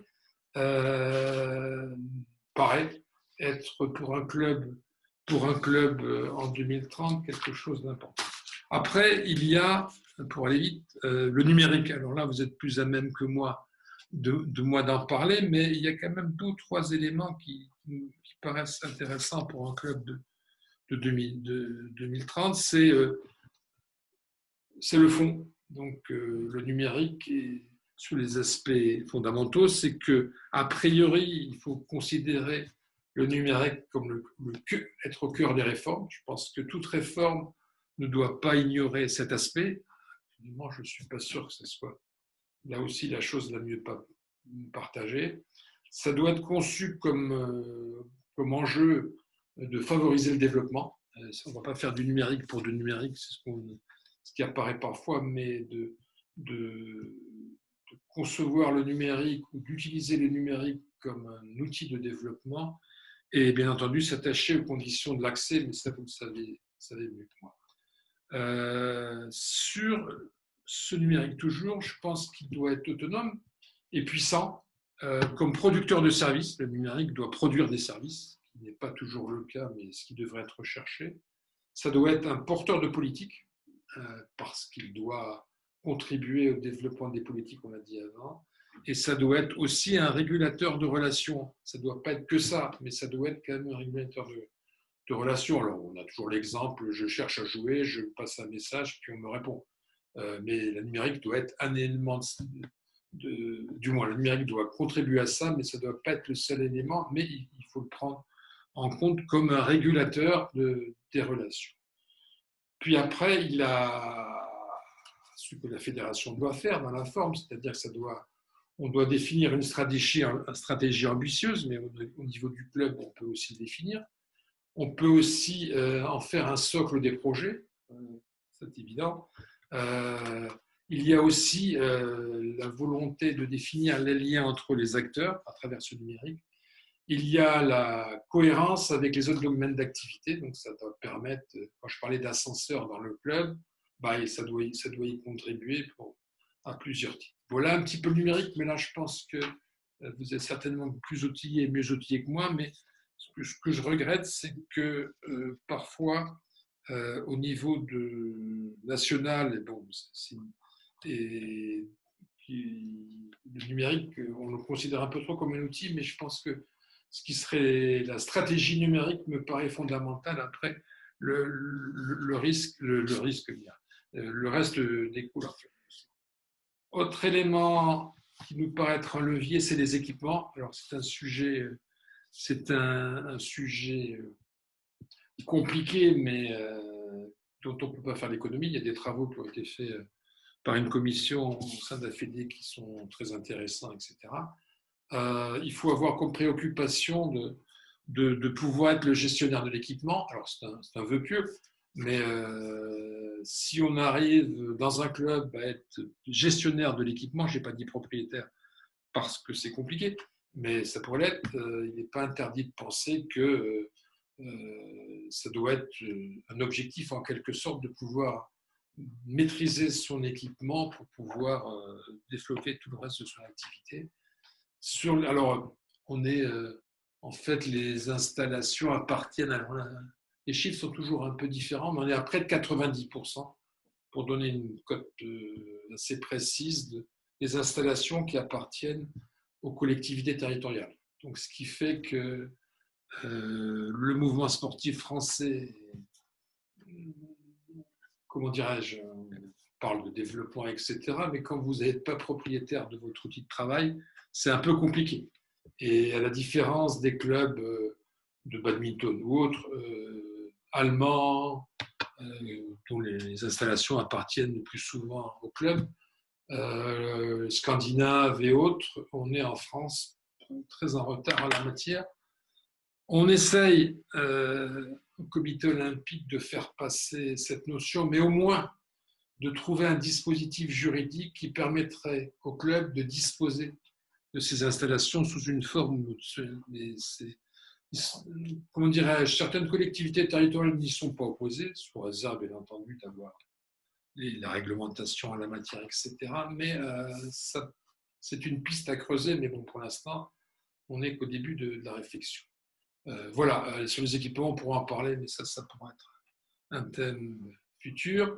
Et il y a la formation des dirigeants, j'en ai suffisamment parlé la dernière fois. C'est privilégier la formation des dirigeants. Ça me paraît, je répète toujours, on peut avoir les meilleurs cadres techniques si les dirigeants ne comprennent rien, ben, il n'y aura plus de cadres techniques au bout d'un certain temps. Si on a d'excellents dirigeants, il est fort probable qu'on puisse avoir des cadres techniques pour développer le club. Et là, je pense qu'on est un petit peu en retrait sur ces aspects. Mais bon, la formation en général, et notamment des dirigeants, me paraît important.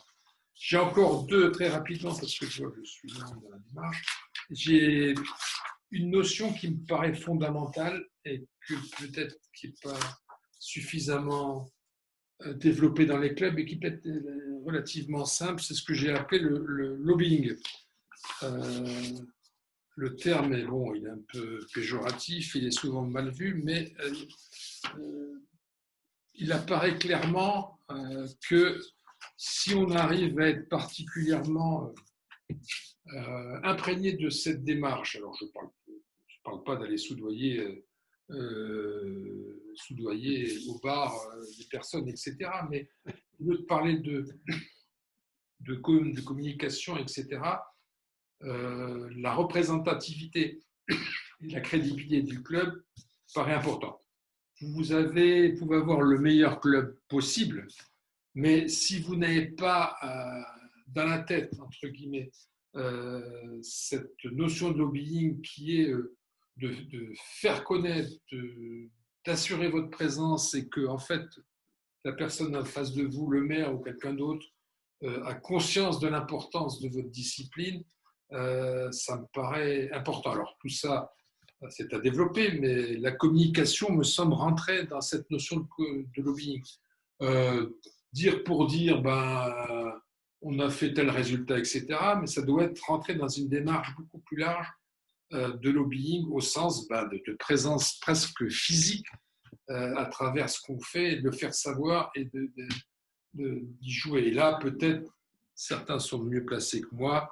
On peut parler d'influenceurs, je crois que c'est un terme un peu à la mode, mais je pense que la communication doit rentrer dans cette démarche de lobbying et d'influenceurs dans la démarche. Ça me paraît en 2030, si le club ne rentre pas dans cette démarche, je crains fort qu'il perde quelques moyens d'action.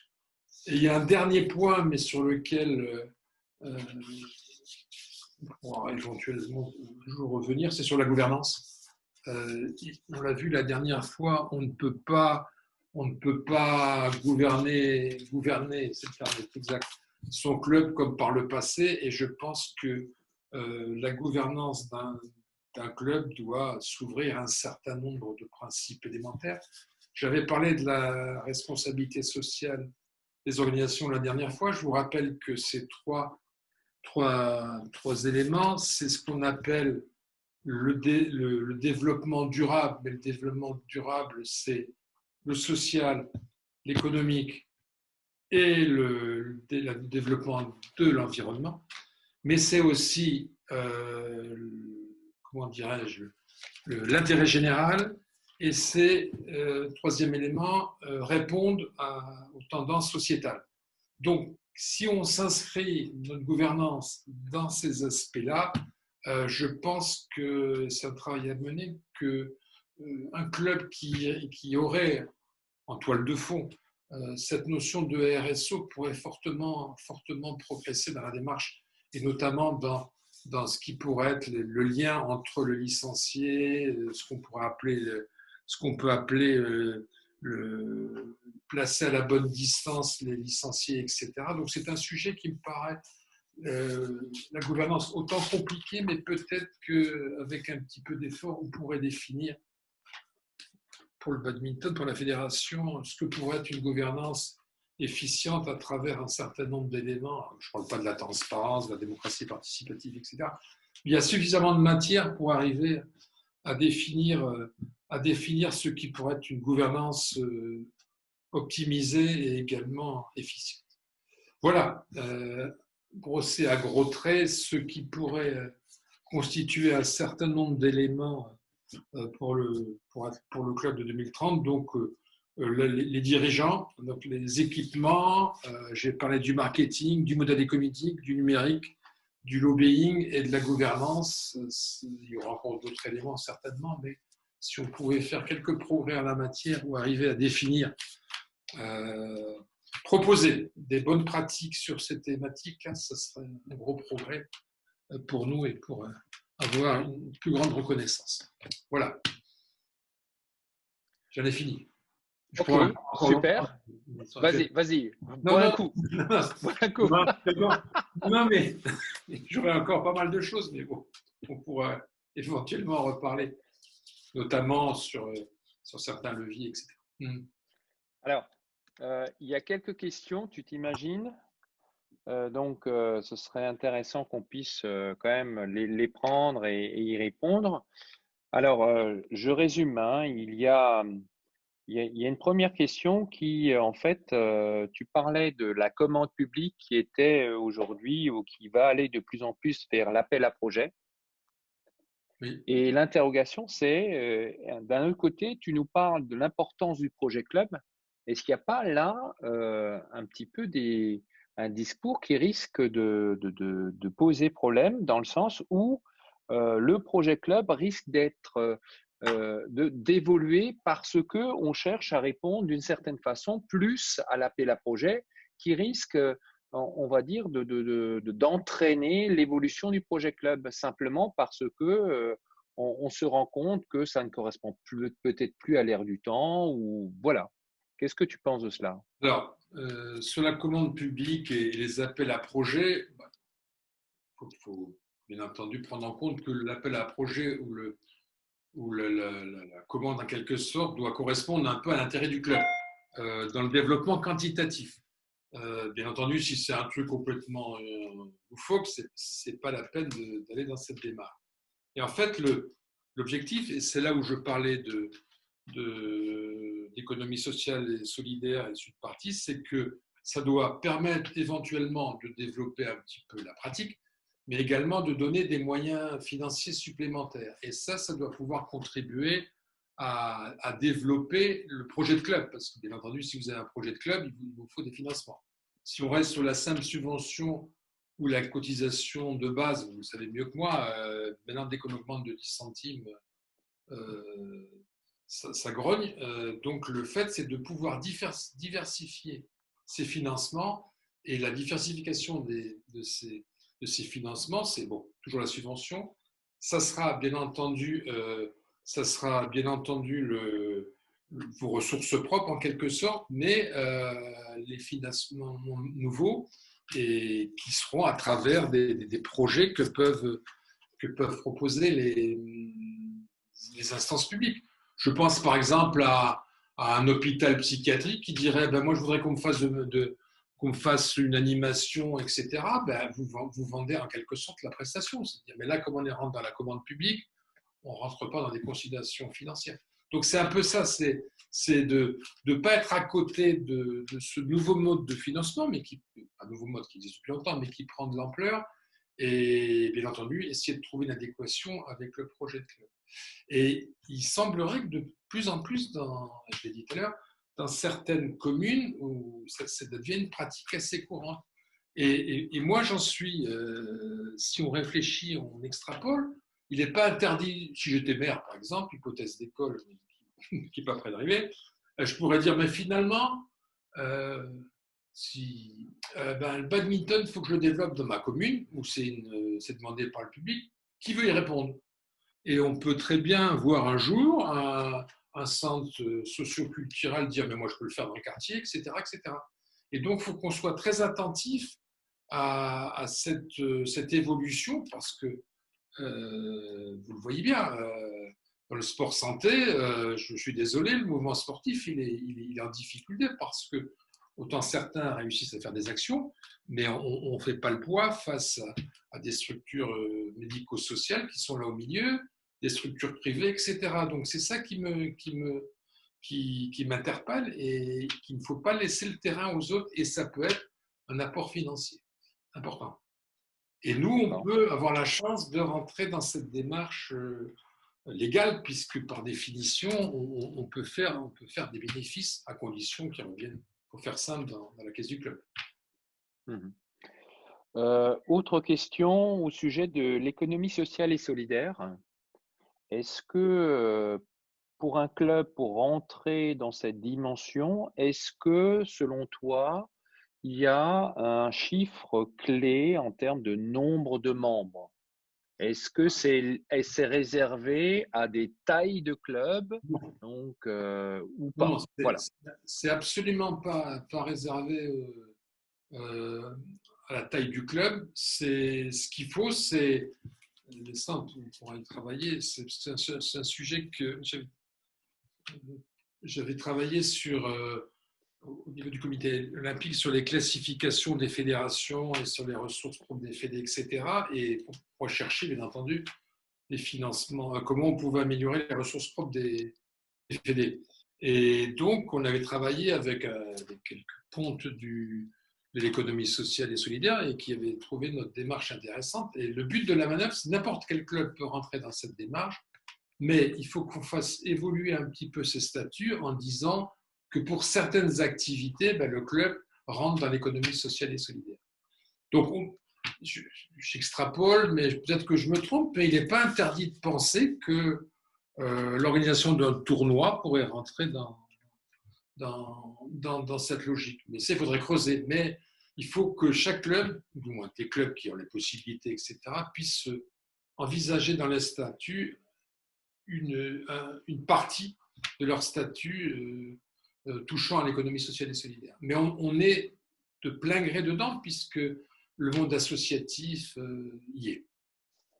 Alors, après nous avons il y a un autre discours qui est tenu, mais sur lequel on n'est pas du tout d'accord, mais il n'arrête pas de le développer. Je ne dirai pas son nom, c'est un dirigeant sportif qui était président d'une fédé, et qui lui dit, il dit un truc complètement fou, parce que on supprime le statut associatif des fédérations et du mouvement sportif pour entrer dans des SCIC, là, des coopératives, etc. Pourquoi pas? Mais là, on perd tout l'attrait du statut associatif qui fait un peu la force du mouvement sportif. Donc, c'est arriver à intégrer dans un club une valence, une dominante ou un élément touchant à l'économie sociale solidaire, où on pourrait mettre un certain nombre d'activités dans cette démarche. Par exemple, prêter un salarié, ça pourrait rentrer dans cette démarche. Ah oui, c'est prêter un salarié. Entre guillemets, prêter. Une autre question. Mais je pense qu'en 2030, ça sera une réalité. Nous, les grands clubs vont rentrer là-dedans. Il y en a qui sont rentrés déjà. Une autre question, ça concerne les installations. Donc, est-ce que là encore, selon toi, c'est lié à la taille du club que de pouvoir prétendre à faire ce lobbying pour avoir la gestion de la salle. Est-ce que, voilà, comment positionner le lobbying par rapport à l'accès à ce type d'utilisation donc par les clubs ou mise à disposition par les clubs de leur installation? Alors après, bon, c'est un sujet aussi qui est intéressant et sur lequel, comme j'ai en charge, je présente le comité, la commission équipement au comité olympique et c'est un vrai sujet et c'est une difficulté, on se rend bien compte et que finalement, les projets qu'on a à financer dans le cadre de l'ancien CNDS et de l'ANS, c'est très très rare. Le monde associatif, il y a des fois 2-3 projets sur 150, etc. Et là, je pense que, bon, je parle de la projection, de la prospective en 2030. Je pense il faut qu'on arrive à proposer aux collectivités territoriales la mise à disposition permanente de l'installation. C'est-à-dire que soit on construit nous-mêmes, alors on voit apparaître des projets intéressants, notamment dans le milieu rural, où le maire met à disposition, dans le cadre d'un bail amphithéotique, l'installation. Le club construit. Alors, il faut savoir quand même que vous avez la possibilité, si vous faites un emprunt, d'être garanti depuis la loi Braya, d'avoir la garantie de l'emprunt, etc. Donc, c'est une piste, par exemple. On met à disposition le terrain, moyennant un bail amphithéotique administratif de 10, 20, 30 ans, vous construisez. On voit apparaître des structures où le maire délègue en quelque sorte, sous réserve des dispositions réglementaires en la matière, mais il délègue l'installation, puis le club fait ce qu'il veut. Donc, je pense qu'à terme, pour eux, les installations, ça les emmerde un petit peu. Et donc, il y a quelques municipalités, mais peut-être ce sera un mouvement qui va prendre de l'ampleur, aimeraient bien se débarrasser, entre guillemets, du fonctionnement, de la gestion de l'équipement. Alors, à la contrepartie, bien entendu, d'animer, c'est ce que j'ai dit, animer et accueillir les gens, c'est une contrepartie. Mais il y a des pistes à creuser. Alors, la taille, je ne suis pas sûr que la taille soit importante. Après, il faut franchir le cap des architectes qui veulent des belles installations, etc. Mais je pense qu'en 2030, puisqu'on doit situer, on va avoir un mouvement qui va se dessiner de gestion directe des installations par les clubs. Alors, bien sûr, si vous êtes 50 licenciés, ça peut être compliqué, mais j'ai eu des projets, moi, on nous a présenté des projets au comité olympique où avec moins d'1 million d'euros, on pouvait construire des installations avec 4-6 terrains. Bien sûr, c'est tout à fait avec une salle de réunion, des vestiaires, etc. C'est comment dirais-je, l'habillage qui coûte très cher en la matière. Mais si maintenant, dans le cadre des conférences régionales, si ça se développe, etc., c'est pas interdit de penser qu'on puisse rentrer dans cette logique de gestion des équipements.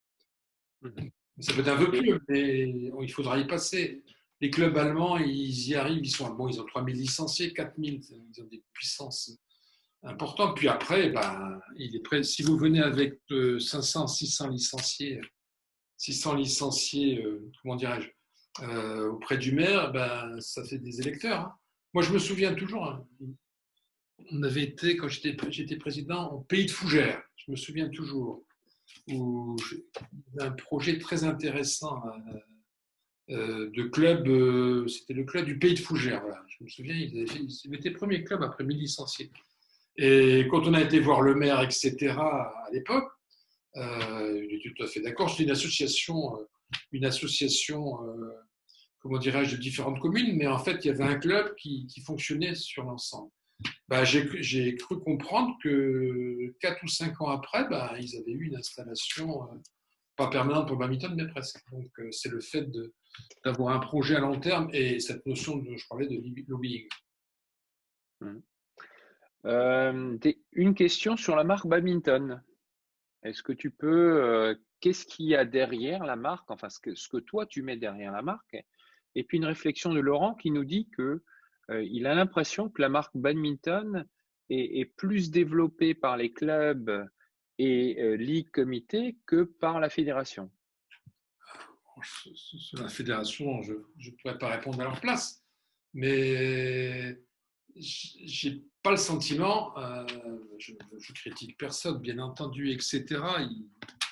En matière de com, il y a beaucoup de boulot, mais qu'on n'a pas, la stratégie, on n'a pas une stratégie, mais on part de très loin.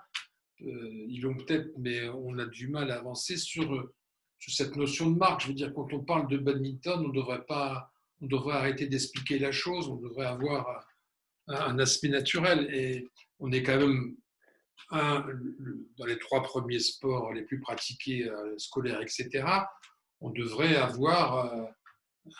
on ne devrait pas expliquer, alors le terme est un peu peut-être pas bien choisi, mais on ne devrait pas être dans cette logique, ça devrait être naturel. Dès qu'on parle de badminton, par définition, c'est reconnu. Je ne suis pas encore sûr que ce soit la chose la plus développée en quelque sorte, mais ça me paraît indispensable. Et c'est regrettable que les clubs et les comités départementaux et les ligues travaillent là-dessus, parce qu'en fait, ça devrait venir du haut, là, en la matière. C'est important. Quand vous prenez maintenant, je l'ai peut-être dit la dernière fois, dans certaines disciplines où ils n'arrivent plus à communiquer sur le championnat, quelle que soit la discipline, parce qu'il n'y a plus de compétition, etc. Ils sont en train de réfléchir, à travailler sur l'accompagnement des marques qui les soutenaient en parlant de leur sport. C'est-à-dire que, je ne sais pas, moi je vends des boissons, etc. Et ils sont en train de réfléchir, se dire, soutenu par la fédération de basket, de handball ou de rugby. Donc, ça accompagne la démarche. Le gars fait sa publicité, mais il rajoute que il est en lien avec une fédération sportive. Je ne suis pas sûr que si on dit je vends je ne sais pas quoi et badminton soutient, que ça soit un plus pour le vendeur. Vous voyez ce que je veux dire? Mais c'est à travailler, c'est un travail de longue haleine. Paul-André, on arrive un peu au bout là. Il y a quelques réflexions, mais il y a des échanges dans le chat. Mais on va essayer voilà, de conclure parce que effectivement, voilà, ça fait quand même 2 heures que tu es sur le grill et on te remercie beaucoup. Pep a apporté sa contribution par le biais du chat. Voilà, il y a eu des échanges de documents. Donc, comment finance-t-on ces actions là, généralement? Alors, on va retenir les questions. Il y a encore l'une ou l'autre et je les transmettrai éventuellement à Paul-André. Voilà, si vous voulez bien, on va peut-être conclure ce soir sur ce point-là. Je souhaiterais, si vous avez besoin de documents, Paul-André, tu nous parlais un petit peu de documents que tu pourrais partager donc, qui ont été élaborés par la commission prospective. Donc, si effectivement on a les adresses mail, on peut effectivement transmettre ces documents qui sont, si tu peux peut-être les présenter juste brièvement. On travaille beaucoup sur des cartes heuristiques, sur les thématiques, parce que d'une part, si on écrit, ça va faire c'est pas toujours lu, puis c'est un peu fastidieux, mais à terme, on va répondre. Et par contre, on travaille sur des cartes heuristiques, pour vous en envoyer, et qui permettent, sur une thématique, de décliner rapidement les options. Alors, autant aujourd'hui, par exemple, la première partie, on peut la développer, le reste, c'est des discussions qui peuvent s'actualiser. Et si vous le souhaitez, on va vous les envoyer, bien entendu. C'est encore l'état de, comment dirais-je, c'est assez développé, mais vous verrez, c'est synthétique en quelque sorte. Donc ça, il n'y a pas de problème, on peut le transmettre. Et peut-être que dans un futur proche, on pourra, par exemple, sur une thématique, faire un webinaire que je ne connaissais pas. On pourra dire, tiens, mais voilà où on en est, qu'est-ce que vous en pensez? On pourra faire des démarches en la matière. On n'est pas contre. Mais ça, on pourra vous envoyer les travaux. Bon, on a sur ça, on a travaillé sur pas mal de thématiques, ça, c'est pas un problème. L'objectif, c'est d'arriver à avoir un outil qui au moins cadre le décor et qu'on puisse, bien entendu, le modifier, le bonifier au fil des réflexions amenées. Non, il n'y a pas de problème, on peut le faire. D'accord. Et donc là, pour tout le monde aussi, on va mettre des ressources. Donc, Pep nous a transmis la dernière fois un PDF avec des liens. Il nous a transmis encore pour cette fois-ci un certain nombre de choses. Donc, toutes ces ressources seront disponibles aussi dans l'application. Donc, je crois dans l'onglet ressources. Donc, allez voir. Là encore, vous trouverez ces liens ou ces documents en lien. Voilà. Oui, Donc, si c'est vous avez le. des idées, on est preneur. Hein. Voilà. Hein. Bon, Je pense que effectivement, les questions dans le chat, voilà, sont intéressantes. Paul-André, je les ai enregistrées je pourrais là aussi te les transmettre pour que tu vois un petit peu l'objet, enfin, ce qui a animé un petit peu en parallèle de tes propos. Donc, c'est assez intéressant. Donc, en tout cas, je remercie tout le monde, tous les participants de la dernière fois et de ce soir. Je pense qu'il y a une vraie attente aujourd'hui. Il y a un besoin de réflexion, de se projeter. Et ben, la situation actuelle, ben, on va dire, nous force à nous projeter. Et je pense qu'en anticipant, c'est comme ça qu'on va pouvoir être, on va dire, parmi les gagnants, parce que forcément, il risque d'y avoir eh ben, dans le futur des gagnants, mais aussi des perdants. Donc, je crois que le club, enfin les clubs de badminton, le badminton en général, a besoin ben, d'anticiper un certain nombre de choses et ces réflexions-là vont nous aider à avoir des éléments pour anticiper sur nos territoires et au-delà. Donc, pour que ben, demain, ben, on pratique encore davantage le badminton, quel que soit le milieu, l'école, la ville, la commune, en extérieur, en intérieur. Donc, on est dans une diversification des pratiques et je pense qu'il faut qu'on reste à l'affût de tout ce qui se dit, de tout ce qui se fait et des prochaines réformes qui vont nous atteindre. Voilà. En tout cas, merci, un grand merci Paul-André hein, pour tout ce travail, pour ces réflexions, pour le temps consacré. Merci à Pep, effectivement, pour, là encore, son apport. Et puis, ben, on vous dit merci et peut-être à bientôt. Il y aura peut-être une suite, on verra.